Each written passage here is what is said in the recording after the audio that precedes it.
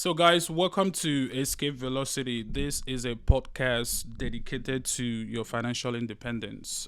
We bring people on here who are walking the talk, people who have a plan for their financial independence and they are working it out.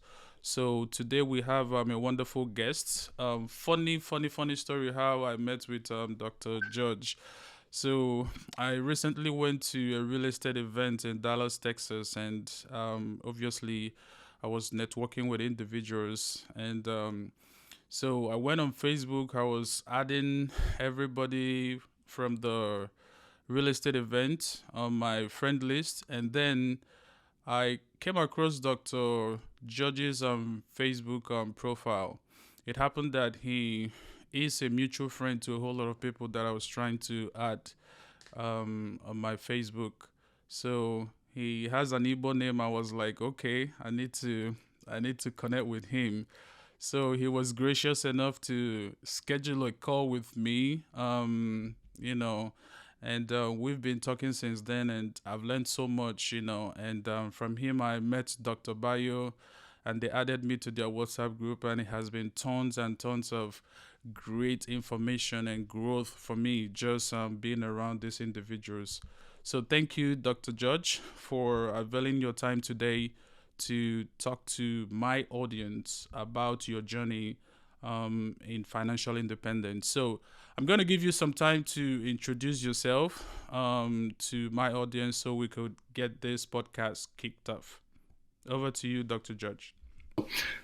As John said, I'm an orthopedic surgeon. I'm based out of Houston, and I've been practicing since 2014. I actually started my medical career with the University of Texas. I was assistant professor there, working in one of the North Houston suburbs and communities. And I thought I was going to actually be on that academic route that whole time, just employed, tied to a main university. So I did that for about 7 years. But within the first 3 to 4 years, I started realizing that there is a whole corporate side of medicine that, I just was not aware of when I was in training. And it was a lot of limitations, a lot of friction that I was starting to experience, not only for myself as a physician, but also for my patients. I was noticing there was just a lot of barriers to just being a doctor that I thought I would be.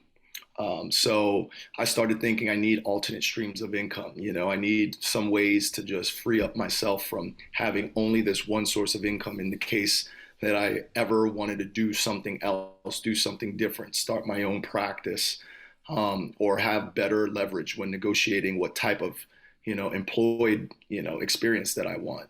So started, with, my curious mind looking at all types of investment opportunities from venture capital to stocks to real estate, and did my homework and just really felt that the best option, the most stable, least volatile, most predictable, most tried and true had been in real estate. And so I started going down that journey, looking into developing a single family home portfolio, realizing quickly that I would need to essentially have a second job if I wanted to be a landlord for 10, 15, 20 different single family homes. So being a busy surgeon, that kind of was not a great option. So kept looking, and then finally found the economies of scale with syndications, like multifamily syndications, and dived into that in 2018, made my first multifamily investment as an LP. I did a year's worth of research before I joined any particular operator, and that started my journey. After that, I've done 25 of them since then as an LP, and then 3 of them as a co-GP, which means that now I'm also on the sponsor team, helping in many different ways, mostly with raising capital, doing investor relations duties, communicating with other LPs, particularly physicians, who I now, try to bring into these investments because I think they're feeling the same frictions that I'm feeling. It's a very common trend, a common thread amongst us all, just a lot of headwinds that we face with trying to be doctors. So I think a lot of us are looking for different alternate streams. And that's what, led me to start my syndication company. So I do that now in addition to running my own practice. And as we mentioned earlier, before we went live, I'm, also traveling and doing locums work. Right. So, it's opened up these doors for me to do other things with my practice as opposed to what I had originally set out to do, working with a university. And I'm much more happier with, with this process and this path.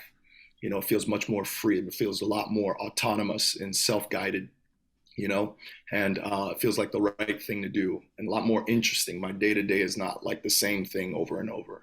It's different every day, and it's been a big source of satisfaction for my career and my personal life as well. Yeah, thank you for that introduction. I mean, from what I heard you say, you had to diversify at some point in time, right? I mean, the income from being a doctor is great, but you have to diversify. Yes, What actually inspired that move? Were you afraid of depending on one income stream? absolutely. When I started realizing that physicians are just not viewed the same way as they probably had been when we first started, as far as like just job security and, having, a high income, very high job satisfaction, started noticing every year there was reimbursement cuts, right? And those reimbursement cuts affect these big hospital systems or big hospital groups or even big private practice groups. Those reimbursements cause this financial strain that could impact the entire machine that's creating this healthcare, right? Mm-hmm. And so that will trickle down to individual people who are within that system. There's people that still make up these systems. So, if it gets to the point where the financial strain is high enough, then yes, sure enough, you will see, physicians, their jobs are not secure as they once were, say 30, 40 years ago, right? So I saw that writing on the wall. I was like, you know, I'm still kind of just a corporate worker.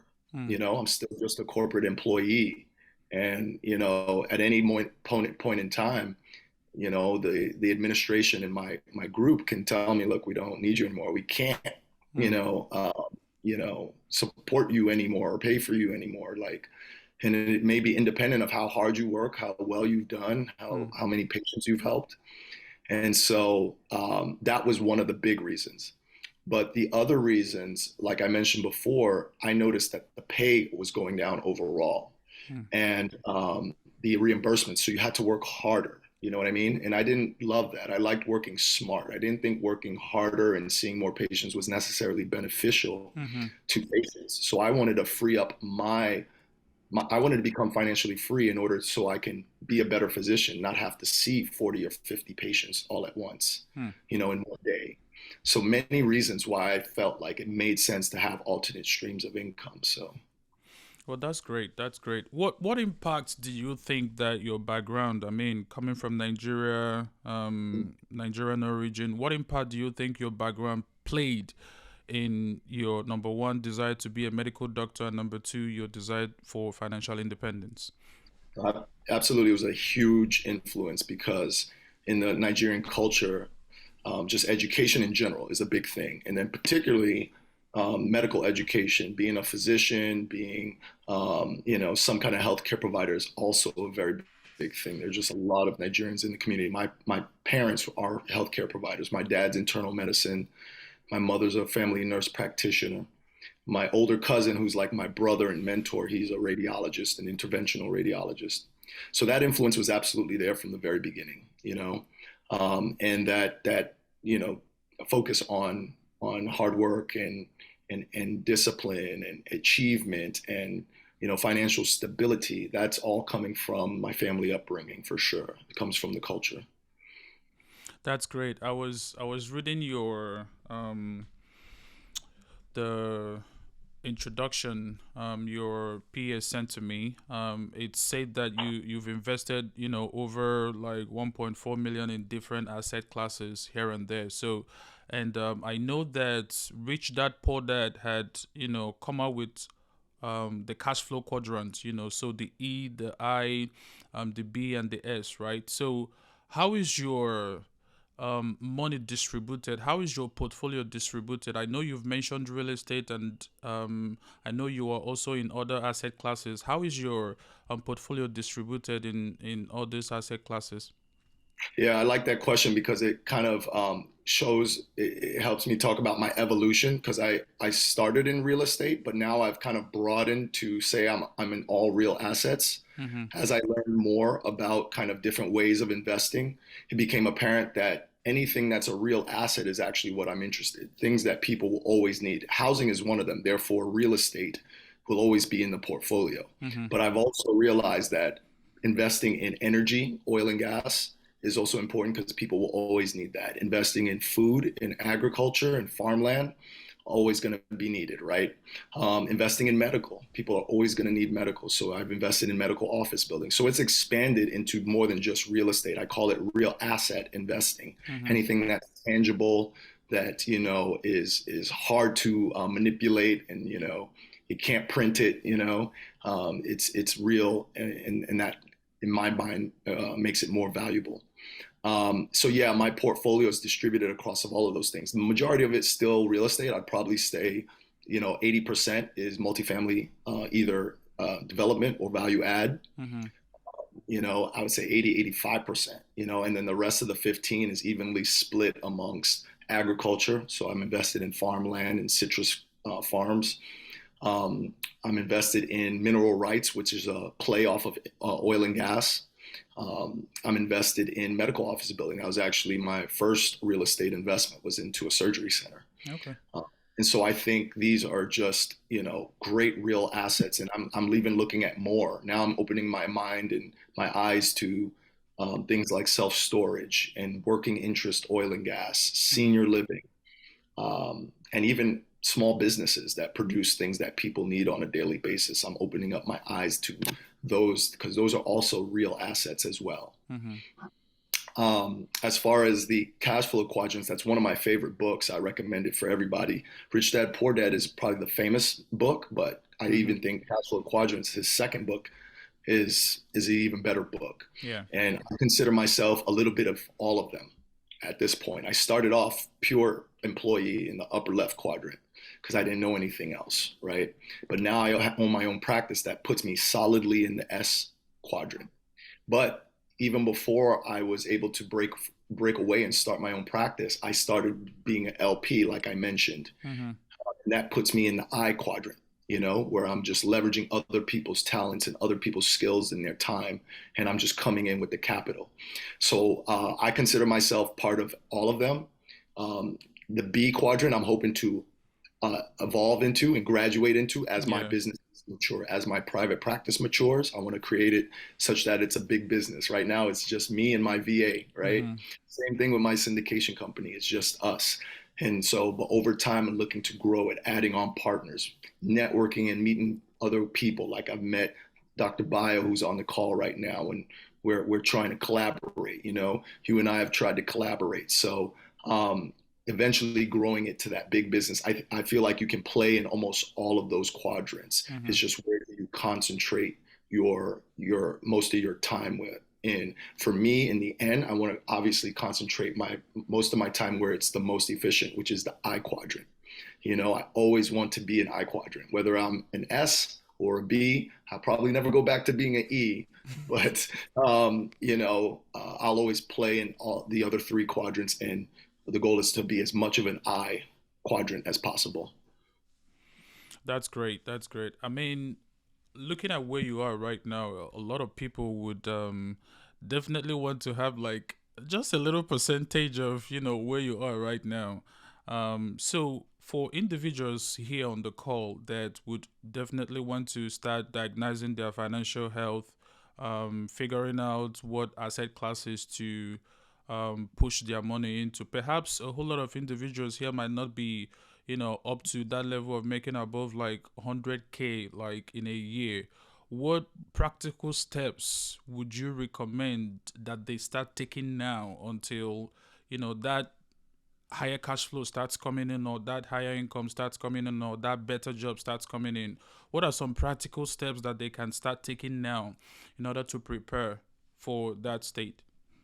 I love answering this one too because I always tell people when you start, and when I started, the two things that really helped me the most was being very curious, meaning I sought out information from wherever I could get it, and I sought it out from the best places that helped me learn my highest learning absorption style. So I went through podcasts, I went through YouTube channels, real books, audiobooks, and just started learning and learning the language, learning the concepts, learning what's out there because when you do start, you're really just not aware of what's possible.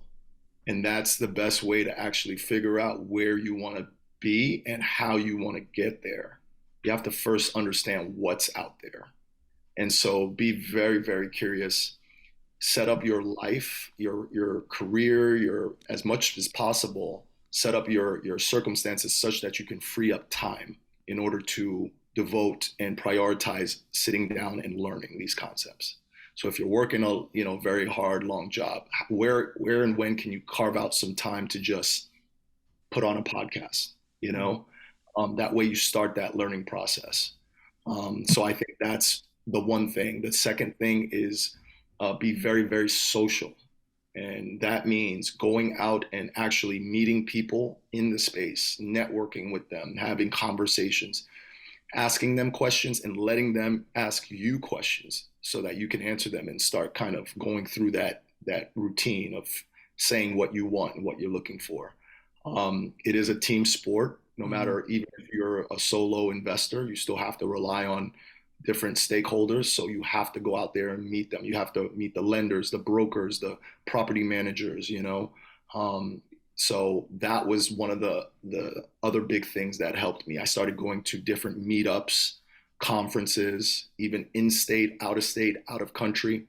Again, creating time around my busy schedule because I was still employed back then. But I would just figure out a creative ways to get to those meetings. You mentioned that you're at a meeting this weekend, right? Mm-hmm. Or you're doing this podcast, you still had to carve around time to get to that meeting, Yeah.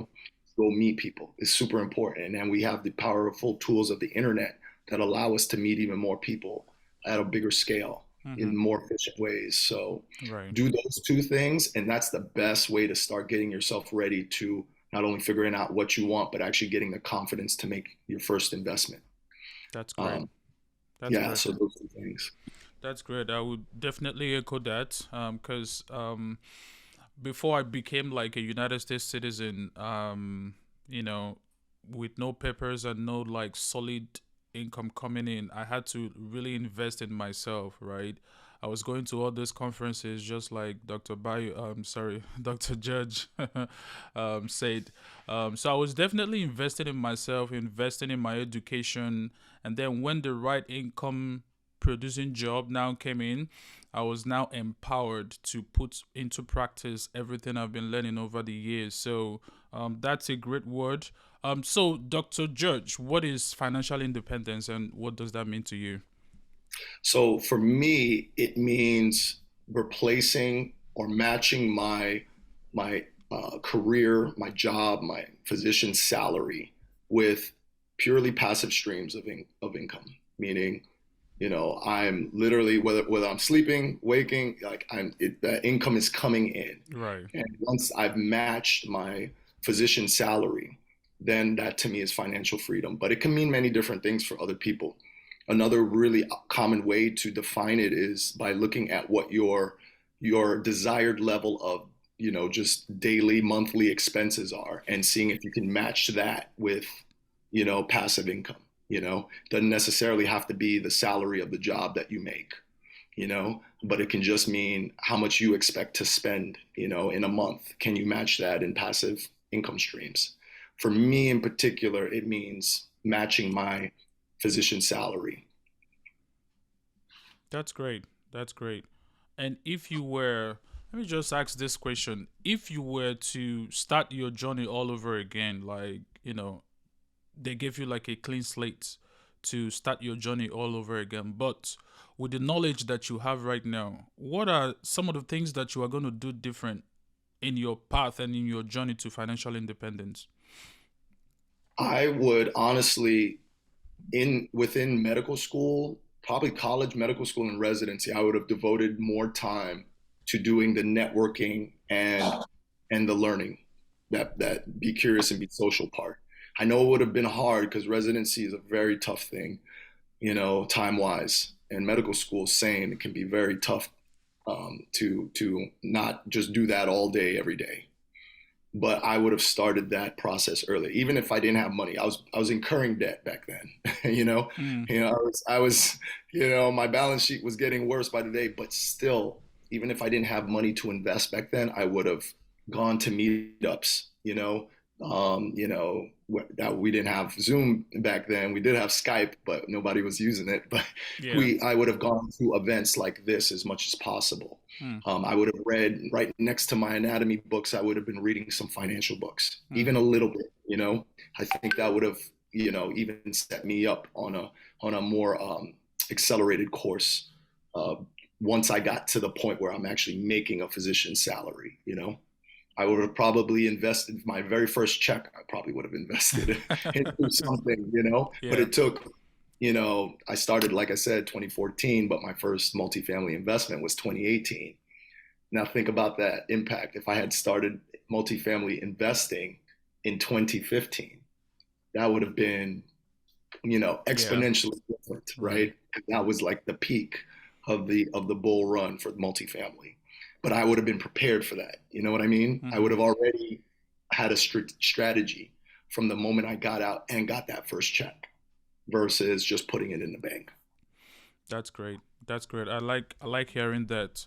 So I want to go over to some of the habits that you've cultivated over the years, right?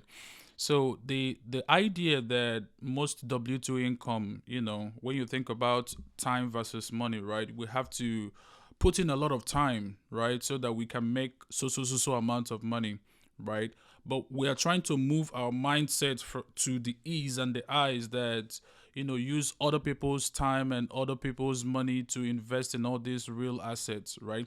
So I just want to know, what are some of the habits that you started practicing that acted as enablers for you to transition your mindsets from the E's and I's to the from the E's and S's to the B's and I? What are some of the habits that helped you to cultivate, invest, and now exponentially grow your money?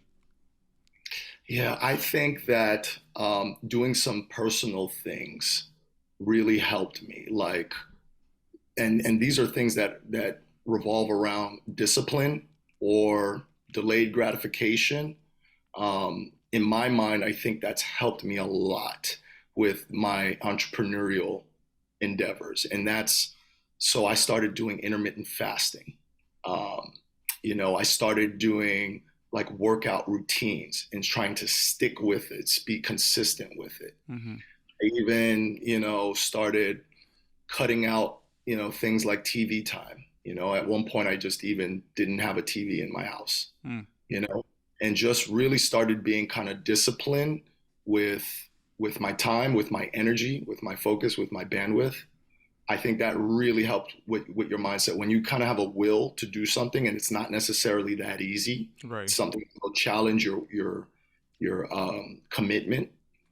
I think that translates very well into the entrepreneurial and investor pathway because that's what it takes. Honestly, it takes just trying something, struggling through it, maybe failing, but coming back to it and trying it again until you get the results.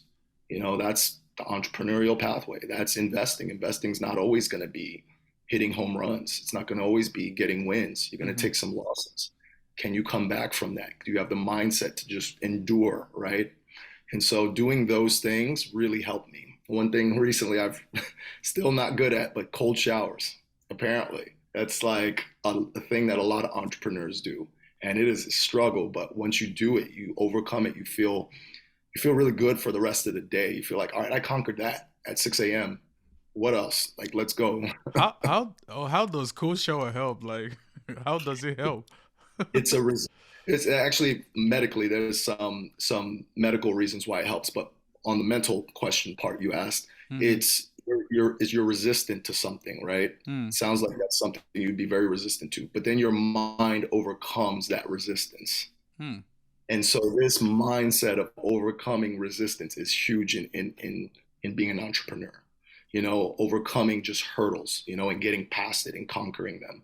mm, Same thing with investing. I think, you need that mindset to push through challenges, right? Whether that's mm. a block of how to invest and where to invest, um, you know, that intimidation, that fear of the unknown, you push through it. That's great. That's great. So, I'm gonna go back to a question, something you said about your history here, real quick, but to echo some of the things that you've said. So, from the time you plant a seed to the time you make a harvest, there's always that period that you have to water the seed, allow it to grow into a tree, and then you can go pluck the fruits whenever they germinate, right? So, I think that's what Dr. George is trying to help us understand here, that it's going to be a journey. It's going to be a journey to your financial independence, and you have to make sure that the seed is surrounded by the environment that enables it to grow, right? So, but I wanted to go back to your history. You said something that, from the time I think there was a two-year gap from the time you started learning about apartment investing and other asset classes, um, that it took you like about 2 years to actually start taking steps and moves. What were you doing within those 2 years? During that time frame, I was just taking in as much content as I can, and going to network and talk with people and ask questions. My physician brain doesn't want me to take risks, and so I needed to. That was my pathway that I had to at least get to in order to feel like I could take that risk. I got to a point where, I said I wasn't 100% ready, but I was 80, based on the work that I did. And I felt that was enough. If I'm 80% and I make this investment now, it could go good or it could go bad, but I won't be financially ruined because of it. And I always invested the smallest amount possible to test out the actual opportunity and the syndicator. So that's what it looked like. It looked like me just, you know, taking in as much content as possible, you know. Um, and I think it helped. I think it helped me a lot, I Mm-hmm. think it helped me learn the language. That's a lot of what I was doing because it was like medicine. It reminded me of medical school. When I first got to medical school, it felt like I had to learn a new language, the language of medicine and anatomy and physiology. It was the same thing. It was like all these terms and concepts and equations. I just had to sit down and learn them first, Mm-hmm. and then, from there I went on and made that investment. That's great. That's great. So we are going to be opening up the section for question and answer. So if you have any questions for Dr. George, just let me know in the comment section. I'm going to unmute you to ask your question on it. If you feel comfortable typing it up, go ahead and do that. But I wanted to ask you, Dr. George, how do you see this market right now, this real estate market, and how are you navigating it? It's a very challenging market over the last year or two.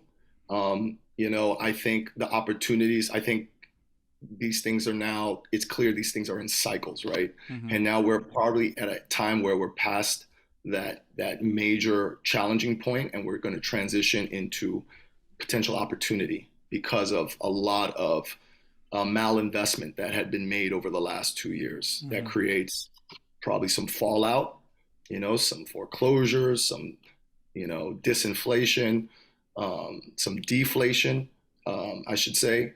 And, valuations of properties are going to, correct, but that means there's opportunity. So, particularly, there's going to be challenges, and there are already challenges with credit markets. So getting loans are going to be harder, but that also creates an opportunity for private capital. And that's what this money on the sideline has been, talked about over the last few years. That's private capital Mm-hmm. loading up and waiting for the credit markets to break to the point where people will be seeking out private sources of debt, private sources of equity, you know, and that's where groups and communities come into play. Like Right. I'm excited about the fact that, you're growing a community. I've been growing a community. Bio's on the line here. He's been growing a community because when those communities come together, this just shows the reason that networking and getting out there is so important because now you can band together, pool capital, and go after these once in a lifetime opportunities. That's great. What do you think is the psychology of buyers and sellers currently right now in the market? It depends. It depends on whether folks are experienced or not. The ones who are experienced are, as far as buyers, they're very, very happy right now. They're very optimistic right now Mm-hmm. because they know this is a buying opportunity. Whereas the buyers who were really in the game the last 3 or 4 years, if they're newer, they may be more pessimistic because they got the bad taste in their mouth and maybe they're backing away from the space completely, Mm-hmm. which I don't think is the right thing to do. Maybe for them it's the right thing, but if they're just inexperienced, then they're probably checking out of the game when this is actually the time to check in and lean in. Mm-hmm. You know, Experienced sellers, they probably know, that this is the time that it's going to be a buyer's market. So they probably need to game plan for that, figure out how to hold their properties as long as possible until it becomes a seller's market again. Mm-hmm. Inexperienced sellers are, they're going to struggle. They're going to be facing a lot of, just, headwinds for making their debt service and keeping their property and keeping operations. And the good ones, the good property owners, which are potential sellers, they know how to weather the storm, Mm-hmm. you know? And so it probably depends mostly on your experience levels. What advice would you give to someone who is like a limited partner right now, but it's looking at the market and truly, truly scared with what is going on? What advice would you give to such an individual? I say lean on people who have gone through these cycles. You Mm-hmm. have to lean into those ones. Find those operators or sources of knowledge who have gone through ups and downs because they're going to be the best way to navigate your outlook, your emotions going through this kind of turbulent transition. Um, you know, and that again goes back to my networking point. You want Mm-hmm. to know who they are, you want to be able to get their ear, sit down, have conversations with them, chat with them, pick their brain. And you do that by networking. So, yep, lean on and learn history, like go back and look at the history. Look what happened in 2008, 2001, 1987, you know, learn from the past. It's not a crystal ball, but it's definitely more beneficial to use that knowledge versus not knowing it at all, right? So lean on history. Where can someone find where can someone find this community of investors?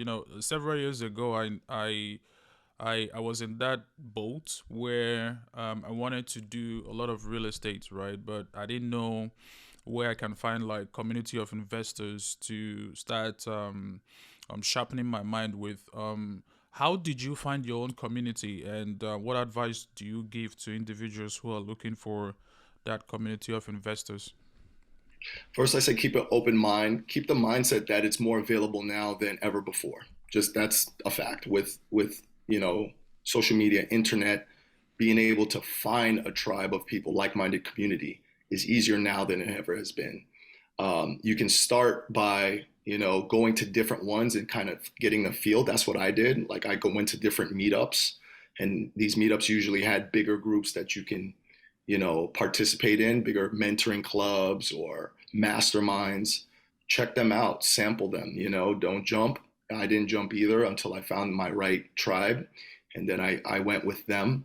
They're based out of Dallas as well. But even still, I'm still part of many other kind of masterminds that are easy to access. I mean, they're literally Facebook groups or WhatsApp groups where conversations are being had, right? And where there's, connections to these who I call like mentors, the folks who have gone through many cycles, and you start getting closer and closer to those circles. So I think it's just a matter of making the effort to go to events like this, connect with people, reach out on LinkedIn and start having conversations and asking questions, right? Yeah. Uh, so yeah, it's there. Someone once said that it's always easier to open a door from the inside than to open it from the outside, right? So like someone on the inside, it's Yeah. gonna be easier for the person to bring you in, open the door from the inside.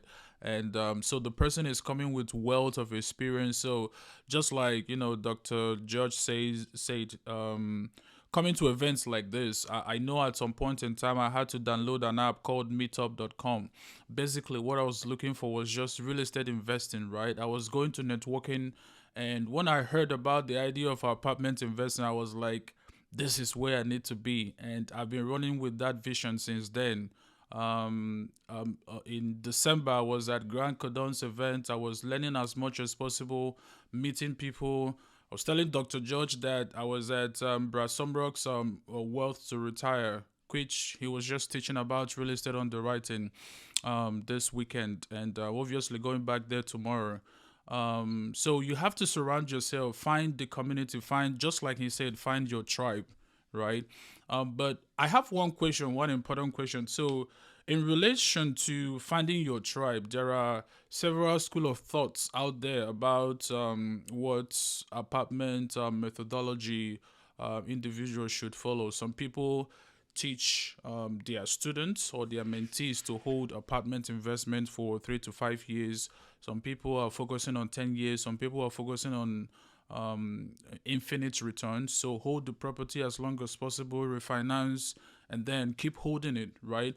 So as you were opening your mind to all of this school of thoughts, how did you know that this particular tribe or this particular philosophy fits very well with you?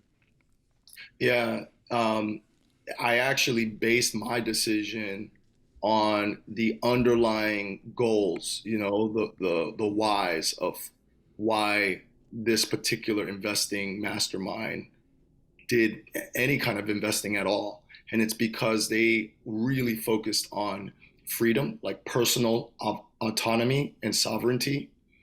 They focused on things, concepts around kind of what's just and what's right. Mm-hmm. That's what led me, that's what connected me, because everyone can talk about underwriting. Mm. Everyone can talk about, asset classes and different things like that. All But right. this particular group was very, very freedom minded. And that's what drew me into them.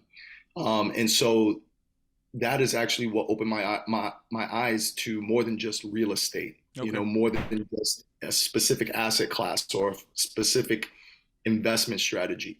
It opened my mind up to all real assets because you can use any real asset to combat paper assets, which is kind of the source of a lot of challenging, headwinds for against freedom and autonomy, right? Mm-hmm. But yes, specifically, you can follow folks who kind of state the argument for holding a property long term and just refinancing, and Okay. that's particularly my strategy. I prefer that, but it's specific to me. I have a profession where I can get cash flow from trading time for money, Mm-hmm. and so I can focus more on longer term holds where I'm just able to refi out, hold the property, and grow my portfolio. Whereas other operators, other individuals may be relying on the actual returns, the capital gains to make the actual wealth build. And so they need more transaction. And I understand that. Not that I necessarily agree with it, but I get it. Like if that's going to be a big source of your income and your wealth building process is actually getting to the 3 to 5 year point, selling and getting that big upsale, that upside, Mm-hmm. then it makes sense that that would be your strategy. Um, and that's where a lot of your capital is coming from. Some operators, that's it. That's all. They don't make the money during the acquisition or the asset management. They're going to get paid. They're at the bottom of the capital stack, meaning they get paid once they sell the asset. And so that upside may be bigger for them Yeah. if they just sell it and go on to the next project versus refi it and strip the equity. Mm. So totally reasonable thing. Mm-hmm. Not my particular strategy, just because my position and the way I'm set up as far as my career, my profession, Yeah. I'm able to think about long-term holds more. Yeah, that's great. Quick question about something came to my mind about debt. We are in a crisis right now in apartment investing and just the financial market generally, right? What are some of your beliefs or about fixed debt and bridge loans? Yeah, and this is, something that I've been kind of learning about because um, I think I, you know, didn't have a full understanding of it. In my mind, um, I can understand why bridge debt had to be used over the last 2 to 3 years. Mm-hmm. And when you really look back at it, probably the most experienced operators just stopped doing deals because they were not able to get those deals at number one, a good valuation. So they clearly saw it was overpriced. And Mm-hmm. number two, they weren't able to get fixed debt. Mm, You just weren't in the competition if you tried to win deals with fixed debt. mm, So and it's a macroeconomic effect that led to that, to the fact that only variable rate debt was able to win deals over the last 2 to 3 years. Not mm. in every case, but in the majority of cases. Yeah. Um, and so I'm not against variable rate debt. I think they both have purposes depending on the cycle. I think that's probably the biggest takeaway Mm, is you can't just go with one strategy mm, for every part of the cycle. You actually have to understand pros and cons of both and when to apply both. Some would argue right now is probably potentially a good time to start using variable rate debt because we may be in a falling interest rate environment where you can refi out easier without having prepayment penalties that you would see on a fixed debt, product, and that'll allow you to ride the wave, mm. the interest as the interest rates get cut. So getting into properties now, I can understand somebody saying, "Look, variable rate is what you want right now," Mm. versus a few years ago, yeah, fixed rate is what you wanted because you wanted to lock in those low interest rates before the Federal Reserve started raising rates. So That's very interesting. So, want to remind everyone that you can ask Dr. George any question that you have. I'm going to go to kind of your personal development journey. I see you have a ton of information to share. Your language shows that you are very adept in this real asset game, but I wanted to know how you are balancing your life, how you are balancing yourself. I've heard that you are in so many LP deals and so many GP deals, and then you are working as an orthopedic surgeon, right? yes, How are you still balancing all these endeavors? honestly, I think it's the mindset where it starts. Having ways to kind of get clear on your why, because that will motivate you through the headwinds and the multitasking and organizational challenges. If your purpose is really strong, you will at least push through it. But yes, I agree. You still have to kind of be smart about things and be organized about things. So again, doing things where I lean on other other professionals to help. So I'm looking at VAs, um, CPAs to help me with the personal balance sheet, right? Looking at partners to kind of help with some of the outreach and branding work. I think that's huge. Getting help, not trying to do it all by yourself. I'm still looking for mentors, really strong mentors to help me. Hmm. I have an executive coach that actually helps me. I talk with them every week Wow. and just that helps me just kind of get clarity and get grounded to kind of keep pushing forward. Hmm. Tapping into these professional ways of getting help, I think really helps a lot. You got to get organized, and that's still a journey for me. Making sure my household is organized, my internal household is organized. I'm Yeah. healthy, I'm strong, Right. I'm not, sick. I'm not tired. My energy levels are high. Mm-hmm. So eating the right foods, you know, taking consuming the right things on social media or on regular media, that all you just have to clean all of that up so you can just have a strong will, strong mind, strong body. Mm-hmm. uh, so yeah, this all of that counts, all of it.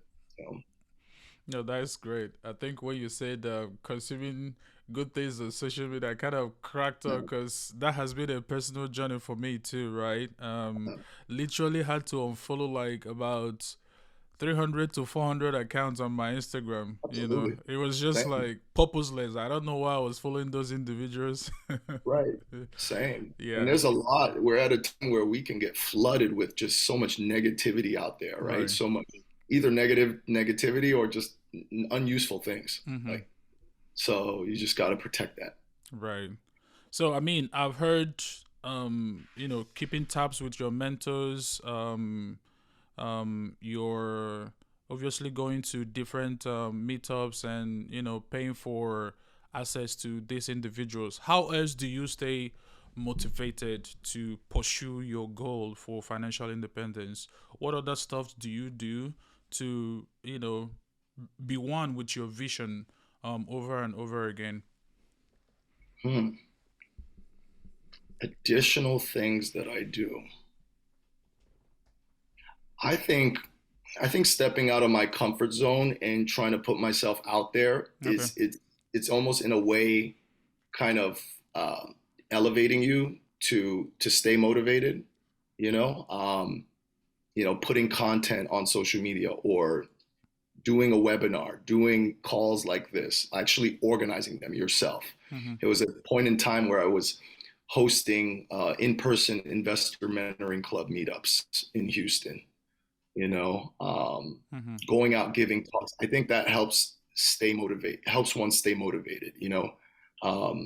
Because there's this kind of, I guess, like a reward that you get. You feel good after you've at least tried. It may not have gone well. Hell, I've run some meetings where no one shows up, but Mm-hmm. but it's still weird. It's still Yeah. weird because I still feel good that I at least tried. Right. And, the next one is still going to be good. Right.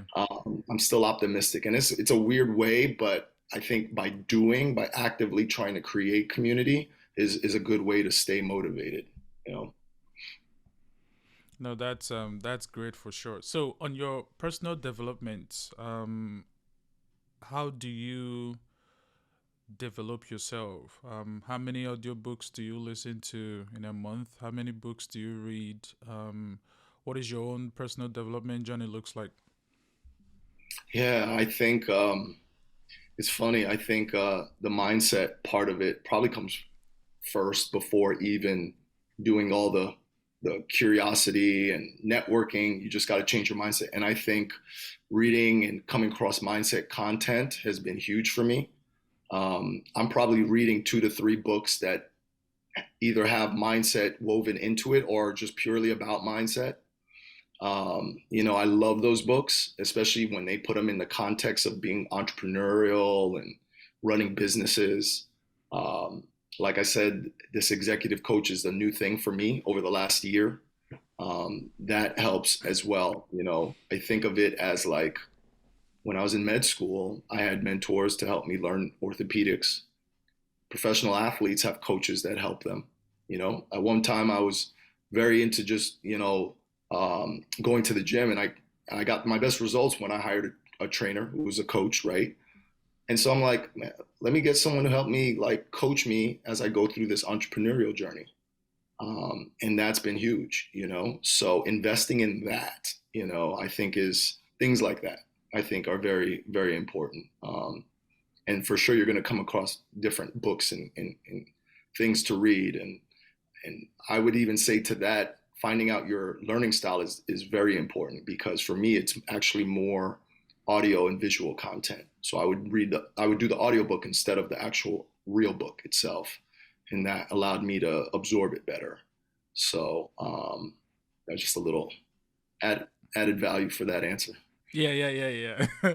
I think I'm gonna really echo what you just said. Oh, when I was like 20, in my early 20s, right? So reading a physical book was something I I derive pleasure in doing. But right now, I just cannot read. I can't even remember the last time I finished like a physical book, you Mhm. know. So, and audiobooks are the thing for me right now. So, and I got a premium subscription with Spotify, and they give you 15 hours of audio, any audiobook you want to listen to, as long as it's in their catalog, right? You can have 15 hours of audiobooks section every month, you know. And Oh then wow. yeah, so I don't buy Audible right now, Oh, because majority of my books are in Spotify, and I just pay like $15 per month for that, versus Audible, where you have to buy like each book per one credit or do the subscription. I So love it. yeah, definitely echo with that, because audiobooks, they are super easy. I try to stick to two audiobooks per month, and Mhm. that is my own personal development plan. So I all love right, guys, we are at the hour here, but I still want to give someone an opportunity to ask a question. If not, we're going to round off this podcast session. I want to ask Dr. George, how do people connect with you? Sorry, yes. before you answer that, what are some, maybe one or two audiobooks that you've listened to that you can recommend that our audience should go check out? And then how do Yes. people connect with you? Yes, absolutely. I always recommend Cash Flow Quadrants. And then I also recommend Tax Free Wealth by Tom Wheelwright, who's actually the CPA for Robert Kiyosaki. I think those are two excellent, great sources for beginners to kind of understand these concepts. Recently, I've read this book, E Myth. It's really good for entrepreneurs trying to start businesses, trying to kind of get that entrepreneurial mindset. Um, as far as reaching out to me, I think the easiest place to reach out to me is on LinkedIn. I'm very active there. Website is timehealthcapital.com, so you can reach me by email at george@timehealthcapital.com, and I'll leave that in the chat. Yeah,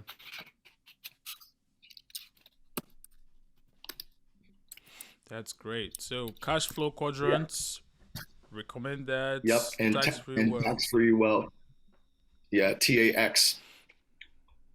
I think that was one of the most impactful books. Probably the most impactful book I've ever read, because taxes are the number one expenses in the majority of people's lives over their lifetime.